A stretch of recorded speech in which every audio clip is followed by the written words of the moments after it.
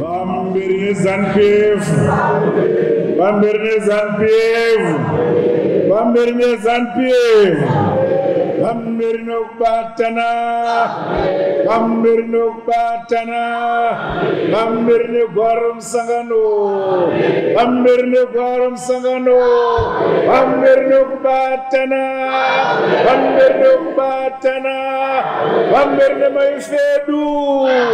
Bambirne Maifedu. Basne Mandu. Bambirne Zanpiev. Bambirne Zanpiev. Bambirne Batana. Bambirne Batana. Basne Mandu. Thank you very much.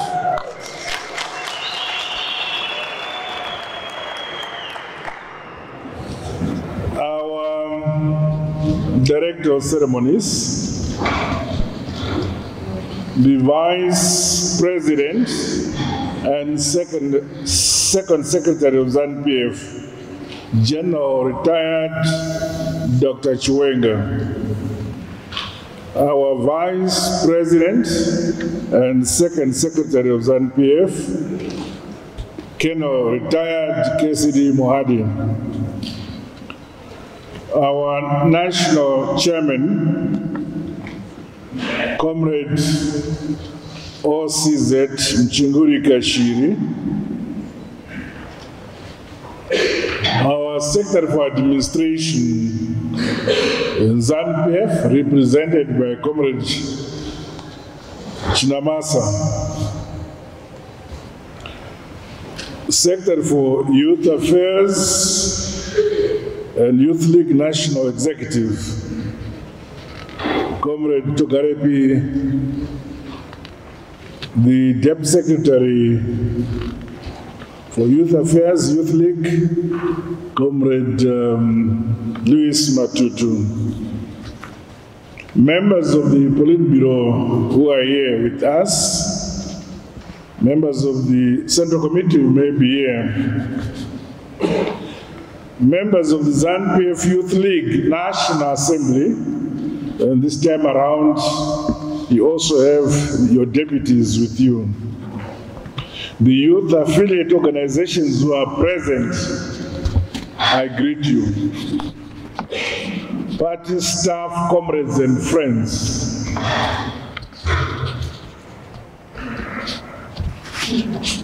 May I ask you to rise in memory of our beloved ones who lost their lives as a result of Idai cyclone.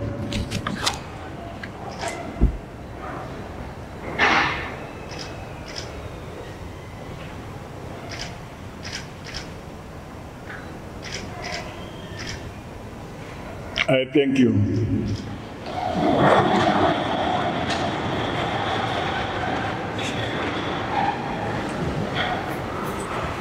We, as a party, ZANU-PF as a government of Zimbabwe, and as a nation, feel that we have a duty to support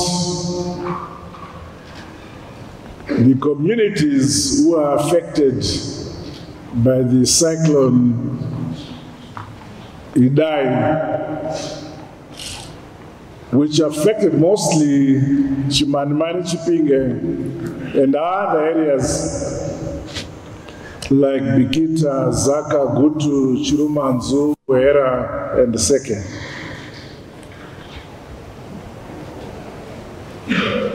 We have had cyclones before, but the destruction has never been as what has happened this time around.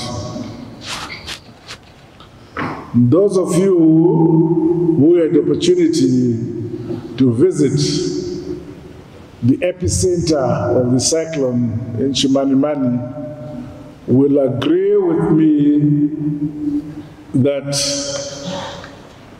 it came with vigency and caused destruction of infrastructure, roads, bridges, schools, and homes. The toll, the life toll of our people who have lost their lives so far, by yesterday, I think we're around 346. On a daily basis, we continue to discover further remains of our beloved ones.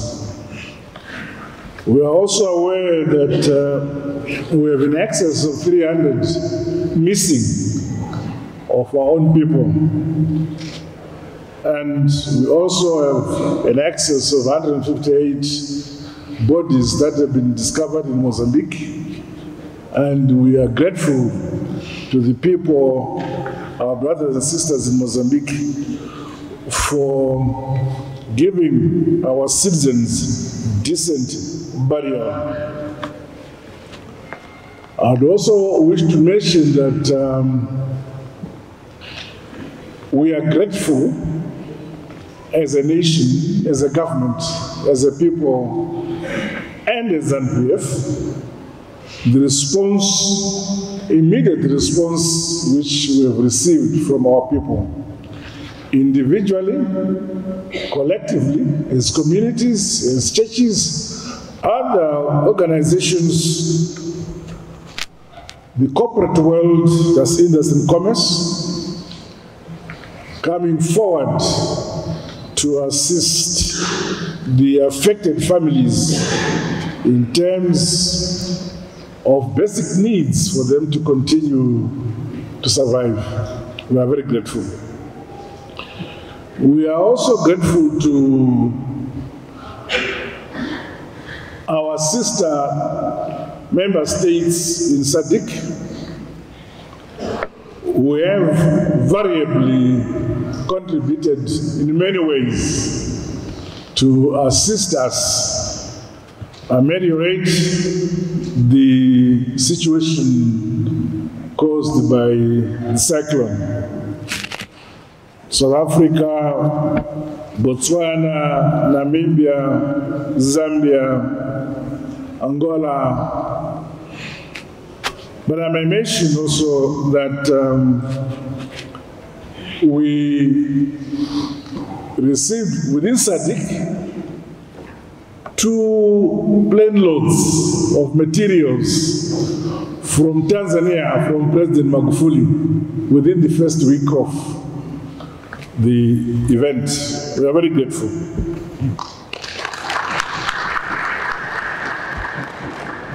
And I'd want also to mention the response, which was very immediate, from the Chinese, both in terms of materials they've given us, food items, medicines, and also skilled labor contribution.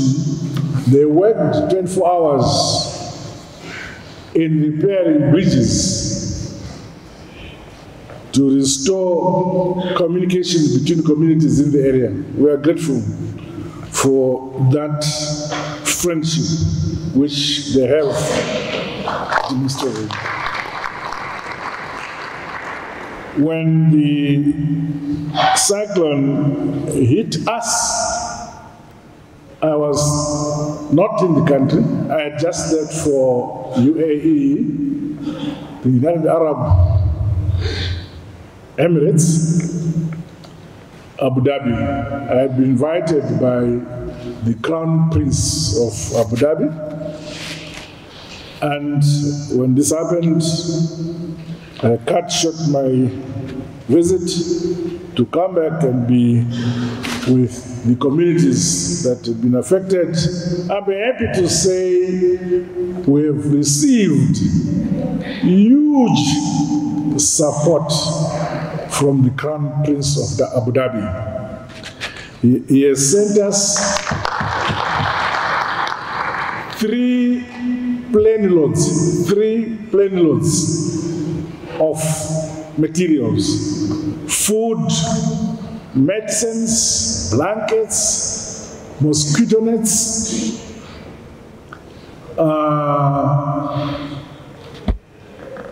various other needs which are necessary to rehabilitate our people. We are very grateful for that support they have sent us. Not only that, they have gone beyond that.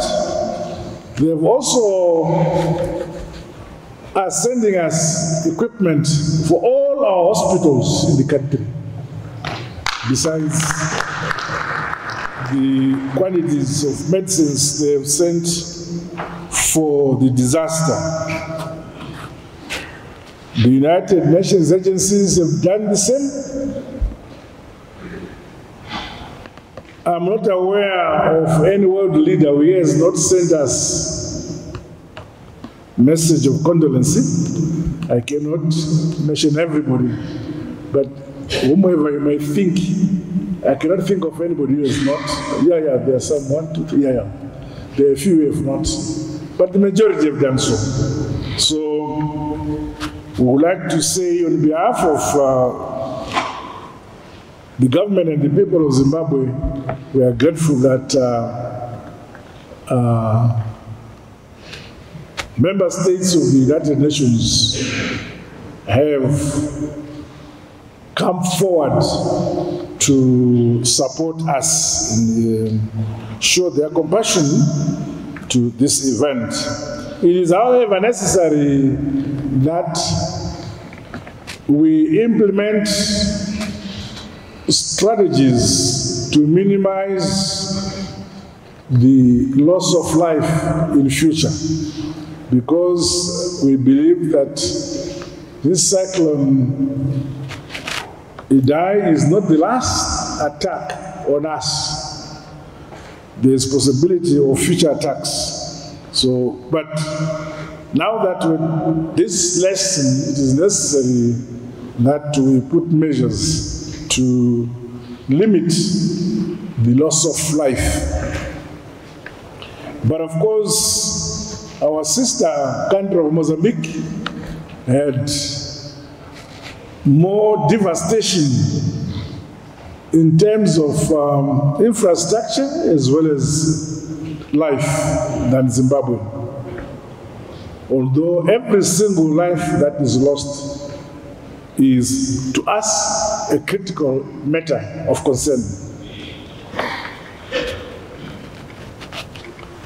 Having said that, I'm happy that the youths yourselves, some of you went to Manicaland and assisted to provide labor voluntarily in that area. That's what it ought to be. I'm grateful. It is my singular honor and pleasure to address you at this meeting, which marks the first Youth National Assembly in 2019, which is being held a few days before the nation celebrates the first Independence Day commemorations under the Second Republic. When I spoke to you last year, we talked about the honor and privilege of service, of serving our people, of serving your country, serving your families. Over the past year, I have cherished every moment of service to my country, by all of us guided by our commitment to servant leadership, which I believe we should continue as a flagship of the Second Republic, displaying servant leadership to our people.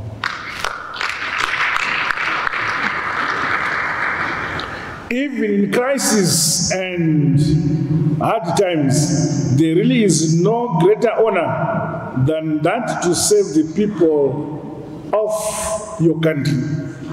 No matter how you choose to serve or what you choose to do, you must always remember our core value system that is of servant leadership to our people.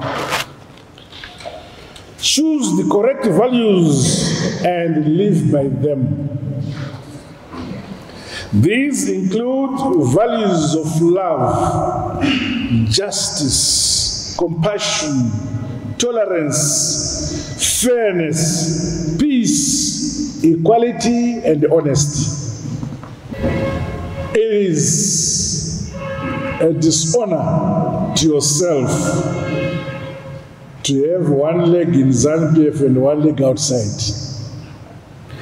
As we all serve the party and nation, let us remember that Zimbabweans want to look after their families, feed and care for them, and you are not the exception. This should always drive each of us, and specifically as the Youth League leadership, to work diligently and contribute to society so that our country grows and develops into an exemplary society of peace and unity for future generations to emulate. With the above values in mind, government notes the present wanton, upsurge and ever-escalating and justified increases of prices. We urge compatriots in industry, our compatriots in industry, business and commerce, to desist from this inhuman trend which has brought untold suffering and misery to our people by increasing prices wantonly.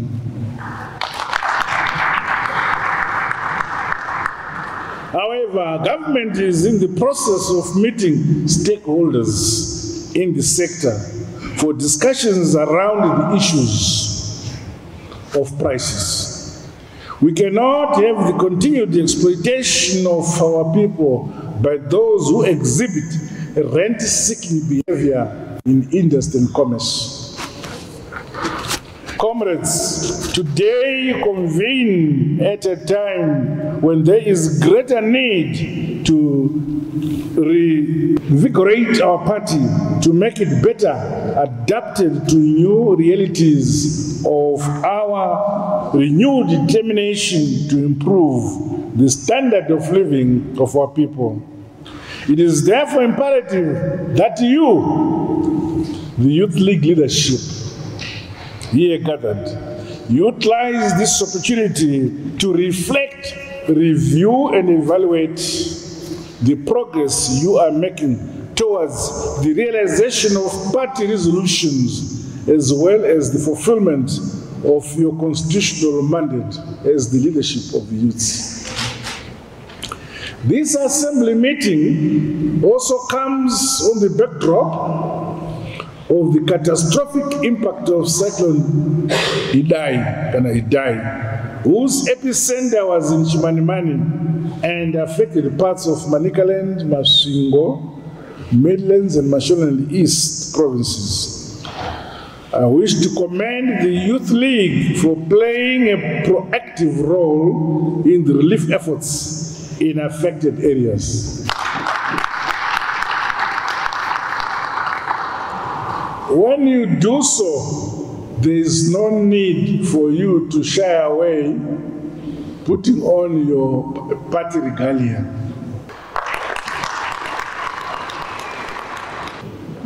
I'm happy I met that one, what's the name? Masuku. She was in party regalia when I saw in Chimanimani. Others are afraid to identify themselves as ZANU-PF.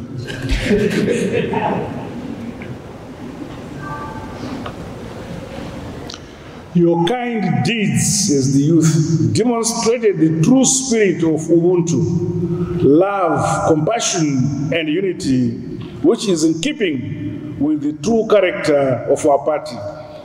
I'm informed that you volunteered and assisted in helping in various ways, including search and rescue, mobilization of donations, and ensuring dignified burial of the deceased.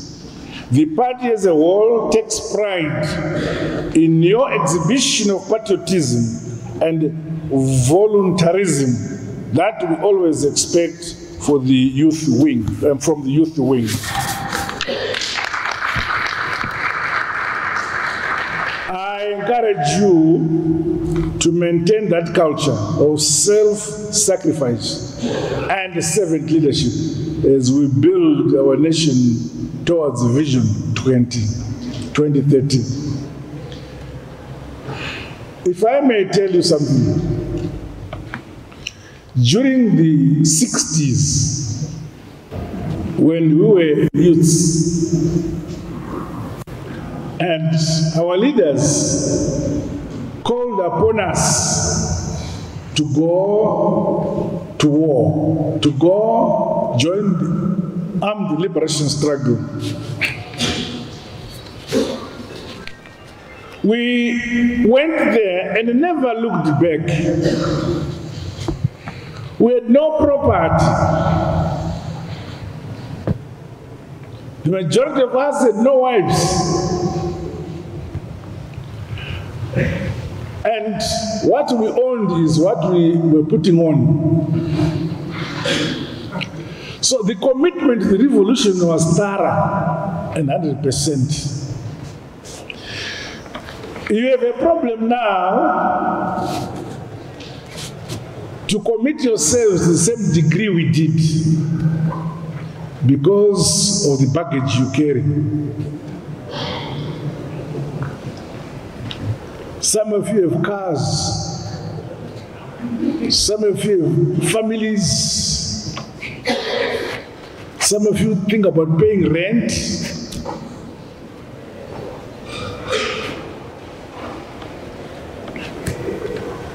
Some of you have businesses. So I may not have the same appreciation of commitment which you must commit, which during our time we committed because we had nothing.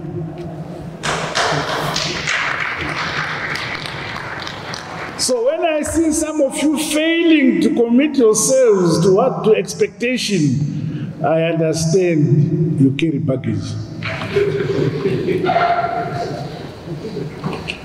But that is the situation in which we are, and we must make the best out of it and be committed to our part.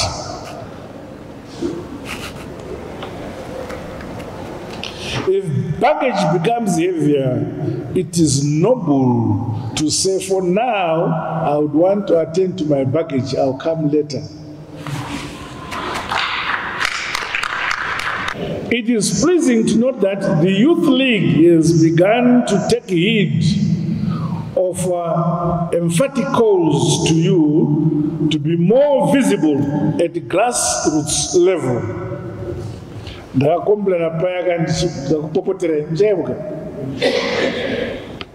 youth leadership yakafa. Mazvana ndikiona yekuti mchana kumuka mchana so. Rambe mchimuka. Muka zama kuita zicharika kutukai. Ndikangoona mukoti ndedzoka futi this time with the vigilance, but I'm happy that I can see your visibility. I have seen occasionally the meetings which you are holding countrywide in the provinces. I'm aware that some meetings have been held, but they've not been covered by the media. We need to look at that.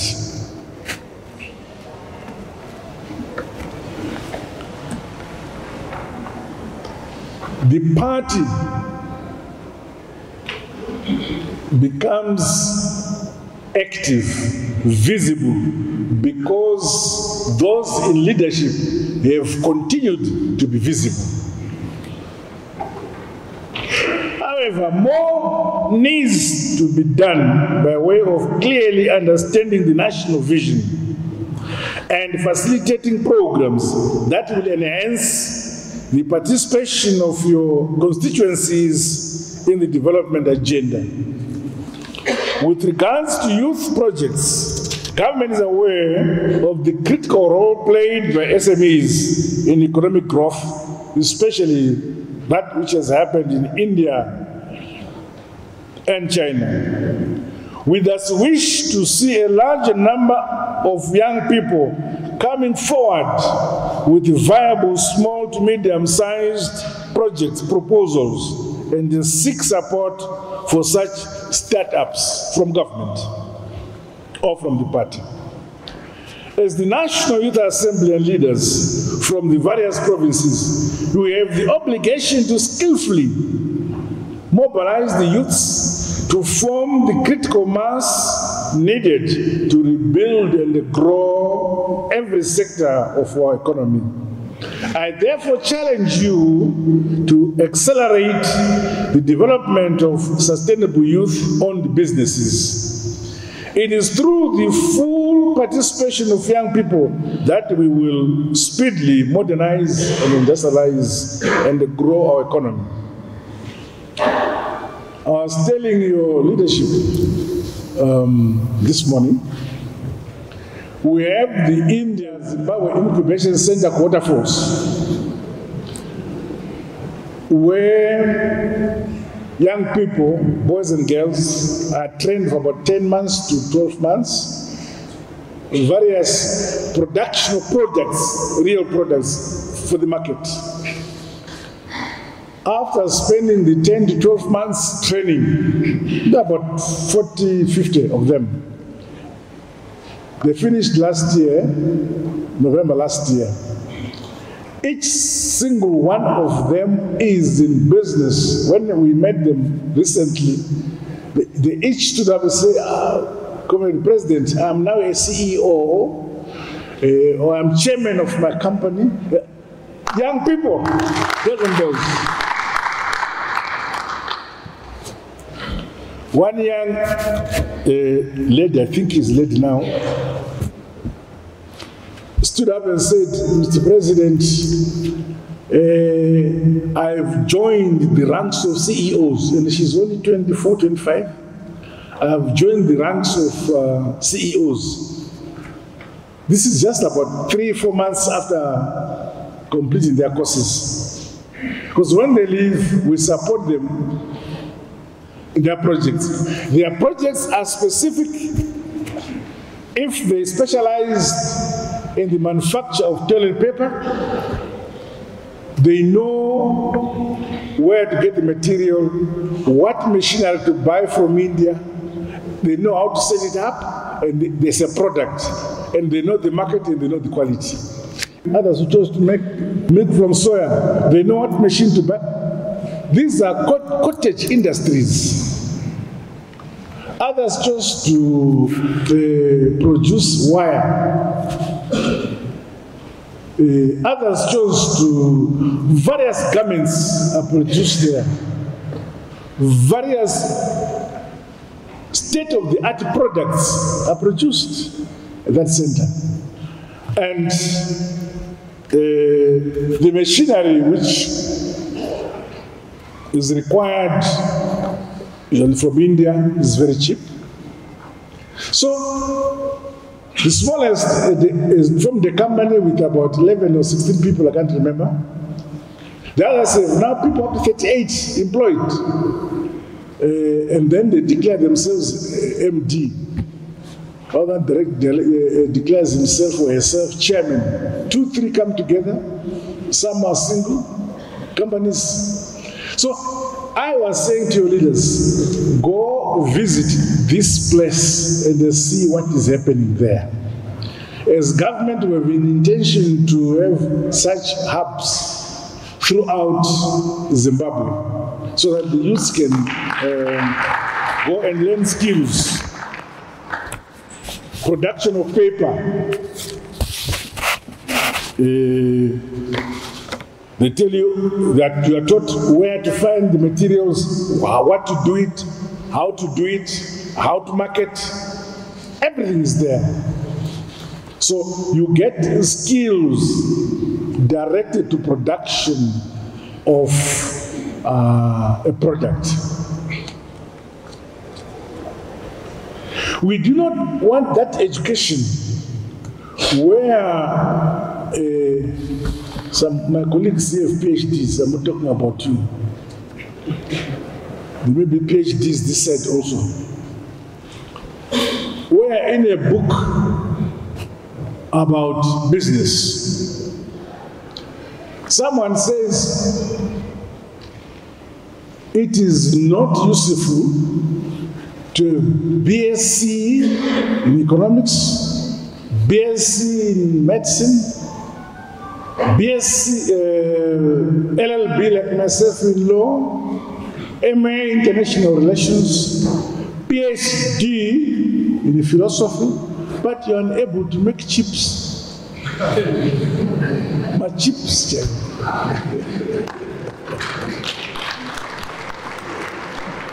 Then you're somebody, and a grade 7 can make chips. So, who is wanted by the country? And every time I chips because the charity. Because for you to look for a lawyer, you must have eaten. You have to eat first. So the point is, we need to have education structured in such a manner that we talk to our industry. We relate to our industry. We fit into industry. That's my challenge to you, youths. The establishment of Empower Bank, among other initiatives, is testimony of our government's continued commitment to improve the quality of life and opportunities for our youth. Equally, I urge you to encourage the youths to fully utilize the innovation incubation hubs. We now have them at universities, to fully, within institutions of higher learning, as well as the India-Africa Incubation Center. My government will continue to expand these to all provinces so that the majority of young people can benefit. These budding institutions must be used as stepping stones for young people to enter into and increase productivity in the manufacturing sector. In view of the immense possibilities now available due to the fast evolving ICT sector, our youth should also start up businesses which sprout from this field of ICT. This should be done to boost the pace of our modernization as well as increase convenience in the day-to-day livelihoods of our people. Those that study ICT, mining, agriculture, among other specializations, must not shy away from creating businesses along those fields. Like in agriculture, agribusiness is there for you to pursue. That is value addition in the products that are produced. There are vast opportunities that the Second Republic will continue to avail to the youths. You must therefore be innovative and bold as opposed to merely wanting to be beneficiaries of charity or preferential treatment. In agriculture, the land reform program is irreversible. I have said it before, I am saying it again. Our land reform program is irreversible. And the Section 72 of our Constitution is very clear in this respect. However, the same constitution provides that no compensation is payable in respect of its acquisition, except for improvements effected on the land before its acquisition. This is what Comrade Karepi was addressing. Our constitution says we cannot pay for land. No one brought land to this country. All the farmers from which you've taken land, the land was already here. It's them who came. So we will never pay compensation for land except for business. For a long time now, government has provided through the fiscus for such payments in respect of the said compensation improvements on the land. Government will meet its obligations as outlined in the Constitution.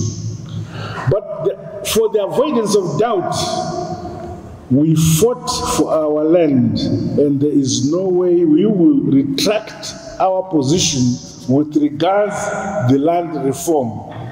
Neither will we betray our fellow comrades who lie in marked and unmarked graves, who paid the supreme sacrifice for this land. This land is now united with us, and us united with our land. No one will separate us.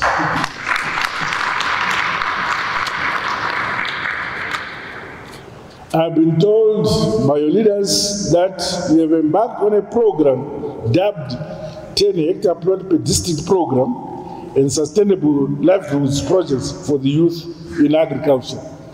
This is a good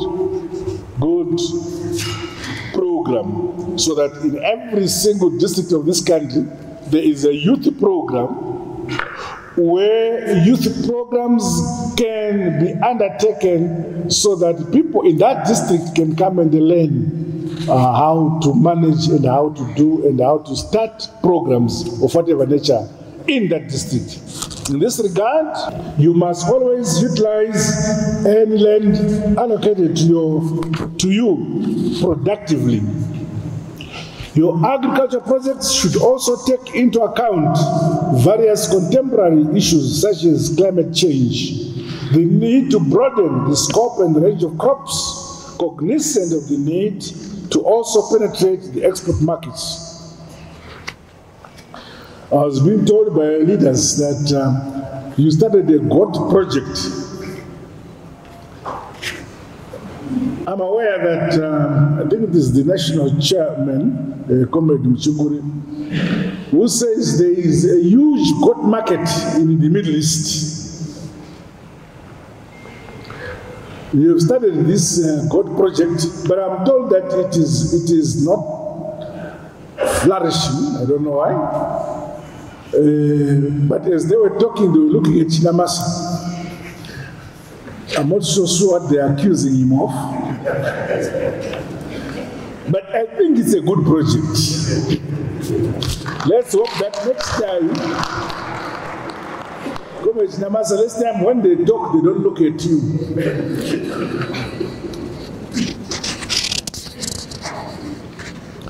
In your various programs and projects, put yourselves in well-organized and professionalized groups so that you can easily pool resources and support your projects. In doing so, always think about the marginalized and how they can be incorporated into mainstream economic activities. Many people think that you need huge capital to begin certain projects. No, what is required is to understand yourself and put up a project, a write-up, and begin from the ground floor.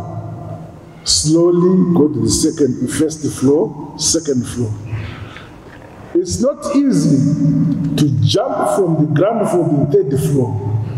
It is easier to fall from the third floor to the ground floor.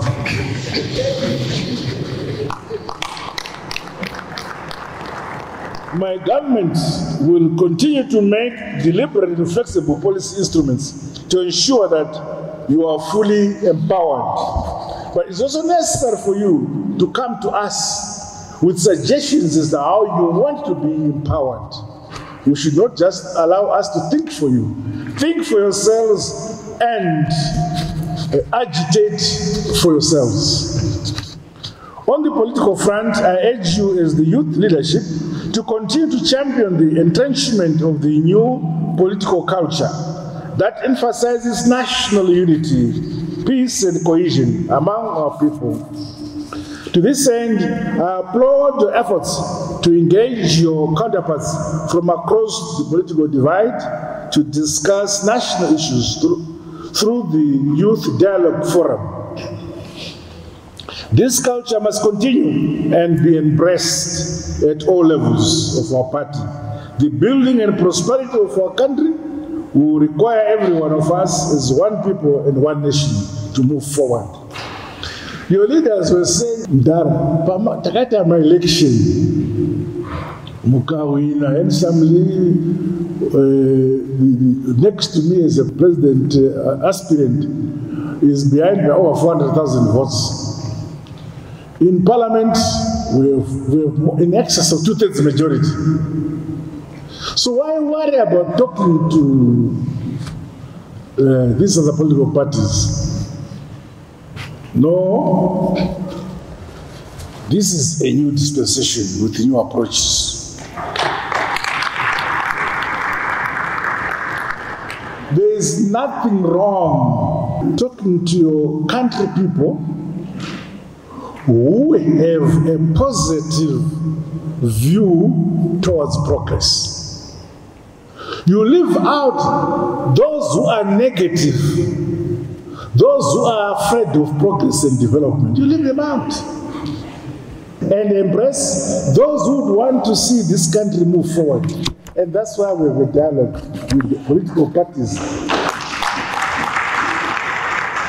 who embrace progress. I'm quite aware of the machinations by the enemy to destabilize the party by causing despondency and disunity among our rank and file. Let us all condemn and expose these acts. Let me also warn that, as provided for by our party constitution, acts of indiscipline, treachery, and disloyalty will not be tolerated or condoned. If any members or structures of the party have any grievances, the laid out rules, regulations, and procedures must be followed. I know of some comrades who have been suspended or expelled, but no procedures were followed. That is not proper.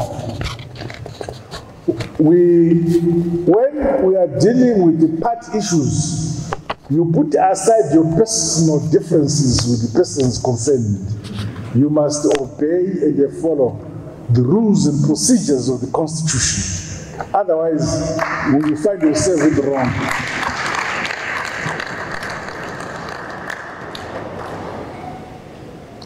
Divisive, opportunistic, or mafia-style handling of party affairs will never be accepted.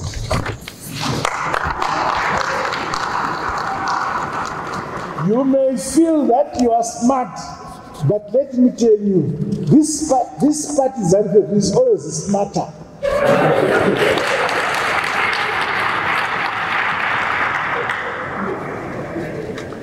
As you carry out both your political and development programs, you must be wary of those with the brute and brittle ambition and political gladiators.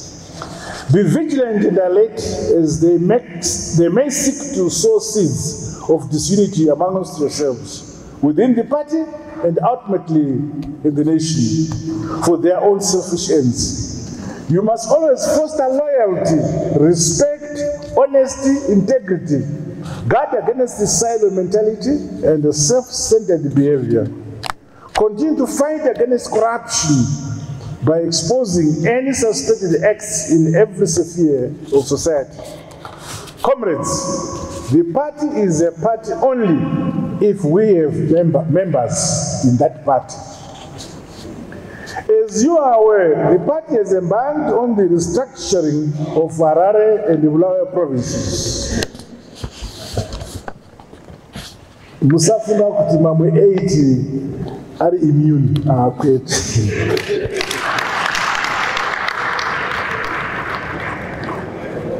This is an opportunity time for you as the Youth League leaders to mobilize the youths of appropriate ages and the skills mix to join structures.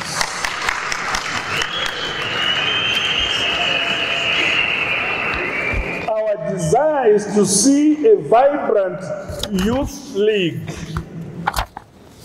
that is a young, energetic, entrepreneurial, professional, and patriotic membership, which encapsulates the Zimbabwe we all want. We must be ready to move on. The only person who does not need to be ready to move on is Dr. Gareth, because he is appointed by the president. The rest of you,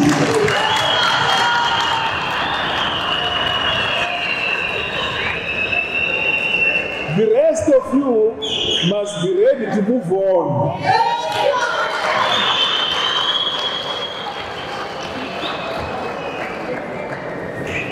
So I challenge you to be aggressive in inviting new members and returning the old ones where necessary.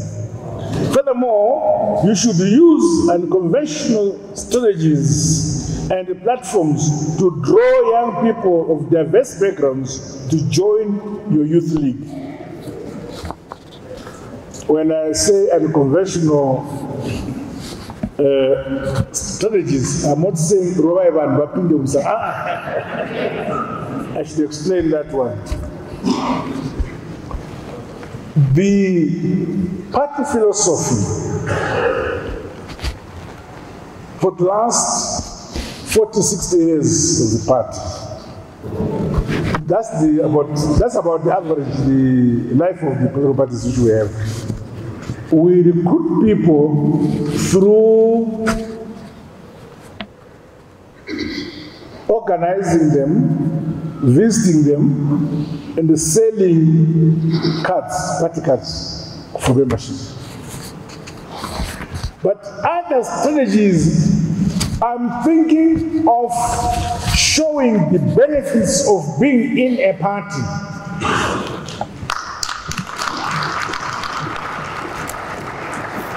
The opportunities that accrue to an individual if you are in the party. The access you have, industry and commerce, government, and so on, which you have because you are in the party. The support and guidance you shall have in the party. The patriotism which you will gain in the party. The methodical grooming that you will have if you are in the party, not outside the party. This is what I'm talking about when I say other strategies, which you must expose to attract more people into the party.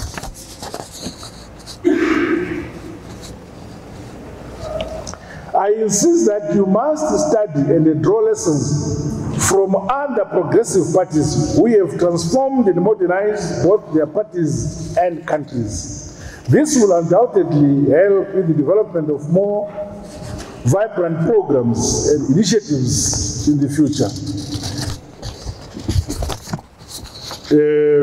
Recently, we had a team from Rwanda, from the political party in Rwanda, visiting ZANU-PF. I met them. When they went around here in Zimbabwe, seeing some of our companies, then they proposed that, look, we've seen products here which we want in Uganda. Can we agree that we as the Ugandan party, we create warehouses for you in Rwanda, not Uganda, in Rwanda, and you bring your products there, because we don't have them. themselves as a political party are well advanced in ICT in Rwanda and are willing to come to Zimbabwe in ZANU-PF, in collaboration with ZANU-PF, to set up those plants here. So this is why I'm saying, let us learn from those who have done better in other areas where we have not done better. So it is necessary that we do those things. In conclusion, allow me to express my profound gratitude towards all of you for your unwavering support for our revolutionary party and its leadership. I encourage you to remain vigilant, responsive and supportive as we take the country through this transformative stage. A lot of things will happen, happened before. To divert you from focus. You begin hearing from various corners, internally and externally, criticizing us, criticizing the party. Let me tell you, very few people criticize the dead. Very few people criticize those who don't do anything. If you are criticized left, right, and center, do more, because it shows you are alive. It shows you are doing things.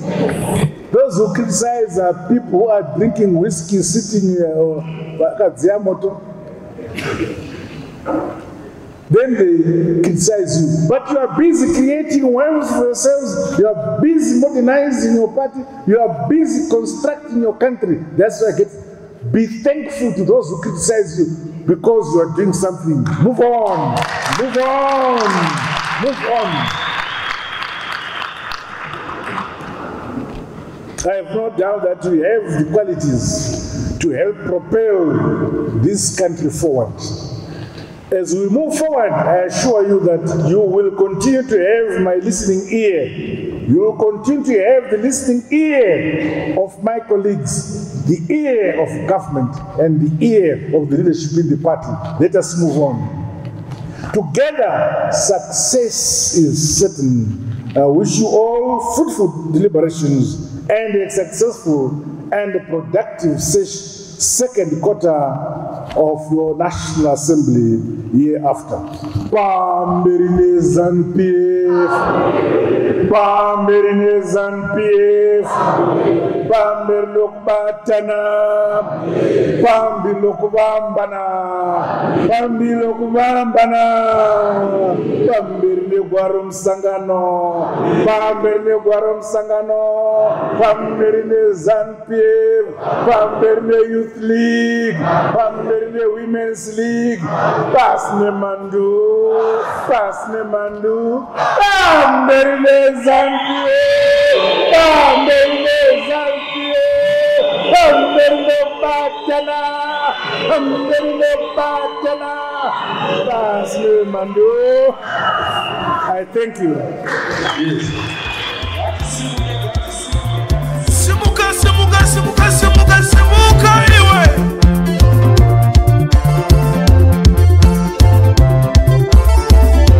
Katambira sokora vachiweka, abava muhati navate makanda. Owe ni muhera karikoka, mama muchinguri vati wilo.